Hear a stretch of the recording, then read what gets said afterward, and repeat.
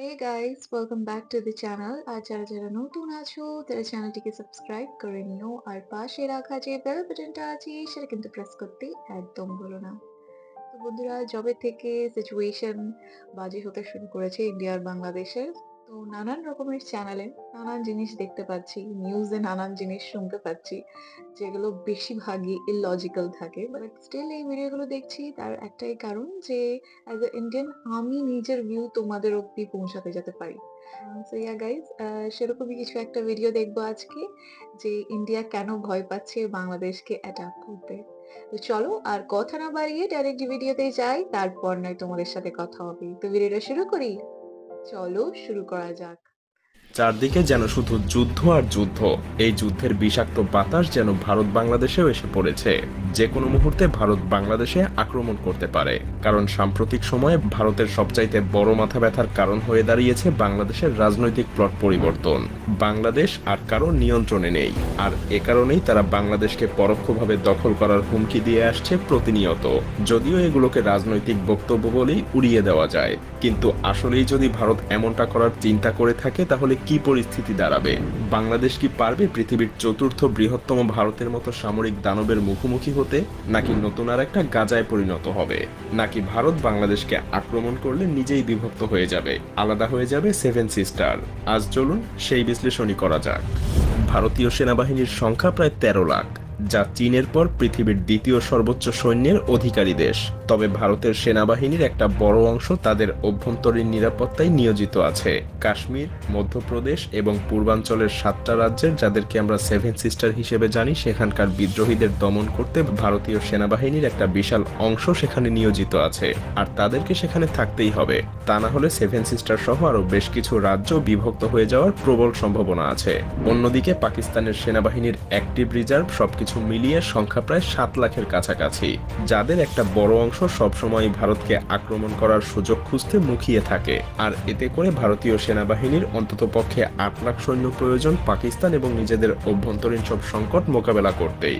এখানেই শেষ না, ভারতকে অবশ্যই চীনের আগ্রাসন থেকে বাঁচার জন্য আরো 3 লক্ষ সেনাবাহিনী চীন ভারত সীমান্তে সবসময় মোতায়েন রাখতে হয়। কিন্তু অবশিষ্ট 2 লাখ সৈন্য নিয়ে ভারত যদি বাংলাদেশে আক্রমণ করতে চায়, তবে সেটা যেন ভারতের জন্য হবে নিজের পায়ে নিজের কুড়াল মারার মতো। কেন বলছি এই কথা? কারণ সামরিক বিশেষজ্ঞরা মনে করেন কোনো দেশকে দখল করতে গেলে সেই দেশের শক্তির চাইতে 3 গুণ সৈন্য থাকা প্রয়োজন। মজার ব্যাপার হলো, আপনি যুদ্ধ বিমান দিয়ে শত্রুর দেশকে শুধু ধ্বংসই করতে পারবেন, কিন্তু দখলে নিতে গেলে অবশ্যই আপনাকে সেখানে মোতায়েন করতে হবে পদাতিক বাহিনী। আর তাই ভারতের 2 লাখ সৈন্য দিয়ে বাংলাদেশকে দখলে নেওয়া সম্ভব না, কারণ বাংলাদেশের সেনাবাহিনীর সংখ্যাও একেবারে কম না। আর তাই বলাই যায়, এই পরিস্থিতিতে ভারতীয় সেনাবাহিনীর জন্য বাংলাদেশকে আক্রমণ করা অসম্ভব হয়ে দাঁড়াবে। তবে এখানে চীন পাকিস্তান নিজেদের স্বার্থে ভারতকে সীমান্ত থেকে দূরে ব্যস্ত রাখতে বাংলাদেশকে অস্ত্র দিয়ে সহযোগিতা করার সম্ভাবনা অনেক বেশি, যা ভারতের জন্য কাল হয়ে দাঁড়াতে পারে।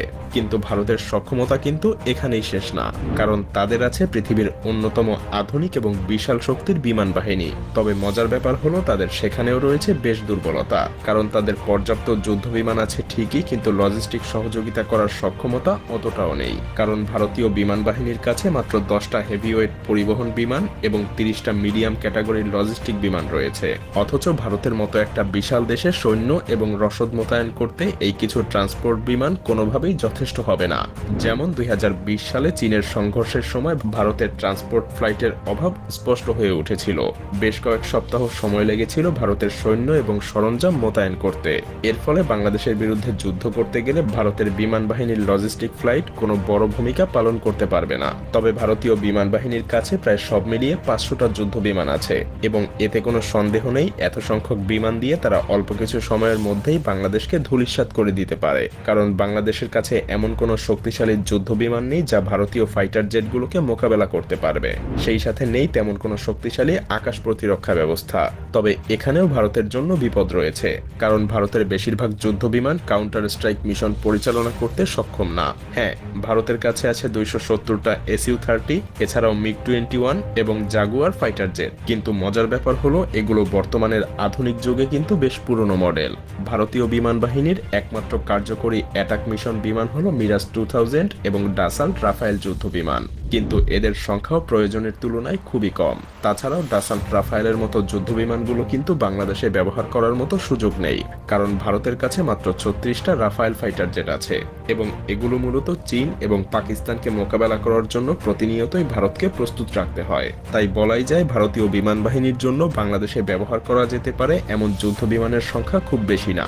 ভারতের বিমান বাহিনী একদিকে যুদ্ধ বিমানের সংকটে ভুগছে, অন্যদিকে পাকিস্তানের কাছে রয়েছে বিপুল সংখ্যক জেট এবং F-16 যুদ্ধ বিমান, যার সামনে ভারতীয় রাফায়েল যুদ্ধ বিমানও যথেষ্ট কার্যকরী হওয়ার সম্ভাবনা খুবই কম। এদিকে চীনের বিমান বাহিনীর তুলনায় ভারতের বিমান বাহিনীর সামরিক শক্তি অনেক পিছিয়ে, সুতরাং 40টা মিরাজ 2000 দিয়ে বাংলাদেশে আক্রমণ চালানো ভারতের জন্য অসম্ভব। ভারতের বিমান বাহিনী মাত্র কয়েকটা স্থানেই সাপোর্ট দিতে সক্ষম হবে, যা প্রয়োজনের তুলনায় একেবারেই কম। তাছাড়া গ্রাউন্ড স্ট্রাইক মিশনে ম্যানপেড সিস্টেমের কারণে নিয়মিত যুদ্ধ বিমান ধ্বংস হবে, যার ফলে ভারতীয় বিমান বাহিনীর শক্তি ধীরে ধীরে কমে যাবে। আর এটাও মনে রাখতে হবে ধীরে ধীরে বাংলাদেশও পরিণত হবে যুদ্ধক্ষেত্রে, প্রাণ হারাতে থাকবে হাজার হাজার নিরীহ মানুষ। তবে এর মানে এই নয় যে বাংলাদেশের সামরিক শক্তি একদম পিছিয়ে আছে। এখানে বাংলাদেশও মিলিটারি শক্তির দিক থেকে যথেষ্ট শক্তিশালী একটা দেশ। তাছাড়া বাংলাদেশ সেনাবাহিনী প্রতিনিয়ত নতুন নতুন অস্ত্রশস্ত্র ক্রয়ের দিকে মনোযোগী হচ্ছে। সেই সাথে আপনাকে এটাও মনে রাখতে হবে বাংলাদেশ সেনাবাহিনী বর্তমানে দক্ষিণ এশিয়ার তৃতীয় বৃহত্তম শক্তিশালী বাহিনী এবং এই বাহিনী দেশের যে কোনো বিপদের সময় নিজেদের সবকিছু দিয়ে লড়াই করতে প্রস্তুত। এমনকি এটা বললেও ভুল হবে না যে বাংলাদেশ সেনাবাহিনীর পেশাদারিত্ব এবং দক্ষতা ভারতীয় সেনাবাহিনীর চাইতে অনেক এগিয়ে, কারণ বাংলাদেশ সেনাবাহিনী এখন পর্যন্ত পৃথিবীর 43টা দেশে প্রতিনিয়ত যুদ্ধ করার অভিজ্ঞতা লাভ করছে। বিপরীতে ভারতীয় সেনাবাহিনীর যুদ্ধের অভিজ্ঞতা আন্তর্জাতিকভাবে খুবই সীমিত। বাংলাদেশ সেনাবাহিনী জাতিসংঘের অধীনে প্রায় অর্ধশতাধিক দেশে সরাসরি যুদ্ধের অভিজ্ঞতা অর্জন করেছে। এতে তাদের দক্ষতা এবং অভিজ্ঞতা ভারতীয় সেনাবাহিনীর চাইতে অনেকটা বেশিই বলা যায়। তাছাড়া পেশাগত দক্ষতার পাশাপাশি বাংলাদেশ সেনাবাহিনী অত্যাধুনিক সমরাস্ত্র ক্রয়ের দিকেও ধাবিত হচ্ছে। বিশেষ করে বিভিন্ন আগ্রাসন মোকাবেলায় বাংলাদেশ পৃথিবীর বিভিন্ন দেশ থেকে যুদ্ধ ট্যাঙ্ক, যুদ্ধ বিমান এবং অন্যান্য সমরাস্ত্র সংগ্রহ করছে, যা বাংলাদেশের নিরাপত্তা ব্যবস্থা আরও মজবুত করবে। এমনকি বাংলাদেশ তুরস্কের কাছ থেকে বেশ কিছু সংখ্যক বর্তমান পৃথিবীর সবচাইতে অত্যাধুনিক ড্রোন বায়ারাক্তার TB2 কিনেছে, আরও কিছু সংখ্যক কেনার জন্য চুক্তিও করেছে, যার মাত্র 50টা দিয়েই ইউক্রেন হাজার হাজার রাশিয়ান যুদ্ধযান ধ্বংস করেছিল। সেই সাথে সমরাস্ত্রের উৎপাদন বাড়ানো এবং বাইরের দেশ থেকে আধুনিক অস্ত্র ক্রয়ের মাধ্যমে বাংলাদেশ সেনাবাহিনী আরও শক্তিশালী হওয়ার চেষ্টা করছে।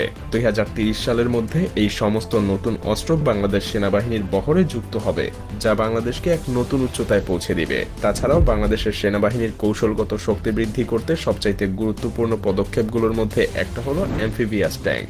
সম্প্রতি বাংলাদেশ চীন থেকে 54টা অত্যাধুনিক উভচর ট্যাঙ্ক অর্ডার করেছে, যা পানিতে এবং মাটিতে দুই জায়গাতেই বেশ কার্যকরীভাবে চলতে পারে। এই ট্যাঙ্কগুলো এমনভাবে তৈরি যা তীব্র স্রোতেও অনায়াসেই চলতে পারে। এগুলো বিশেষ ধরনের হামলা চালানোর জন্য অত্যন্ত কার্যকরী, যা বাংলাদেশের প্রতিরক্ষা শক্তি আরও মজবুত করবে। আর তাছাড়া চীন ভারতের কাছে এই ট্যাঙ্কগুলো বিক্রিও করবে না। তবে পরিশেষে আমাদেরকে একটা কথা মনে রাখতে হবে যে যুদ্ধ কখনো শান্তি বয়ে আনতে পারে না, কারণ ভারত যদি বাংলাদেশের উপরে আক্রমণ করে তবে হয়তো তারা দখল করতে পারবে না, তবে ধ্বংসস্তূপে পরিণত হতে পারে বাংলাদেশ। প্রাণ হারাবে হাজার হাজার লাখ লাখ মানুষ। এমনকি ভারতের জন্যও রয়েছে অশনি সংকেত, কারণ বাংলাদেশের সাথে যুদ্ধে ব্যস্ত থাকলে চীন এবং পাকিস্তান অবশ্যই ভারতীয় মানচিত্রে আক্রমণ করতে দ্বিধাবোধ করবে না। আর সেভেন সিস্টার আলাদা হওয়ার জন্য তাদের নিরস্ত্র আন্দোলনকে হয়তো সশস্ত্র আন্দোলনে পরিণত করতে পারে। এমন ভয়াবহ কিছু হলে দুইটা দেশই ক্ষতিগ্রস্ত হবে।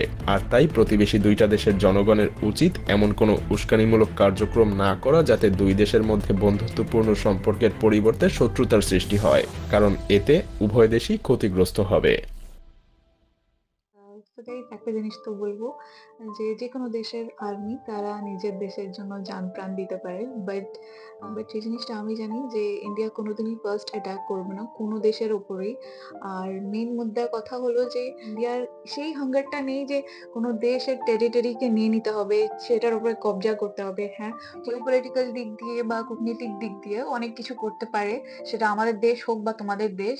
আমার মনে হয় সেটা বেশি বেটার হবে এই যুদ্ধর থেকে, কারণ সেইটাতে কোনো জানমালের ক্ষতি হবে না। আর সেকেন্ড জিনিসটা সেটা যে যারা যুদ্ধের কথা বলে আমার মনে হয় তাদের থেকে মূর্খ মানুষ আর কেউ নেই। কারণ এতে ২ দেশের কোনো লাভ হয় না। বাট হ্যাঁ, যারা এইসব জিনিস বিক্রি করছে, ওয়েপনস বিক্রি করছে, তাদের নিশ্চয়ই অনেক লাভ হচ্ছে আর তারা সুপার রিচ হচ্ছে। আর সেটার এক্সাম্পল তো আমরা দেখছি।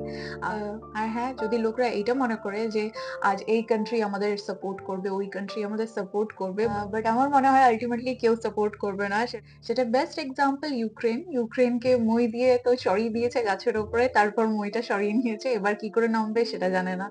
তো এই ধরনের জিনিস কিন্তু সেই কান্ট্রিরা নিশ্চয়ই করবে। তারা নিশ্চয়ই ফায়দা উঠাবে এটার থেকে।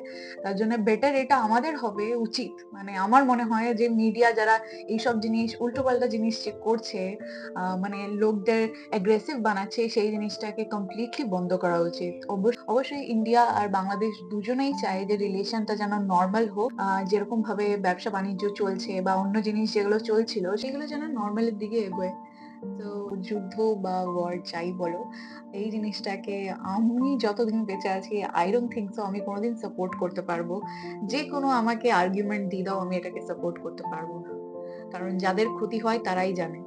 অন্য লোকরা তো মোবাইল নিয়ে নেবে, টাইপ করবে, এই হামলা করে দেবো, ওই হামলা করে দেবো। এইসব জিনিস মুখে বলা খুবই সহজ, কিন্তু যখন এটা রিয়ালিটিতে পরিণত হয় তখন এর থেকে ভয়াবহ কিছু হতে পারে না। So yeah guys, that is it for today. তোমাদের সাথে দেখা হবে আবার অন্য কোনো ভালো ভিডিও নিয়ে। ততক্ষণের জন্য নিজের খেয়াল রেখো আর নিজের আশপাশের লোকেরও একটু খেয়াল করো। So bye bye and take care.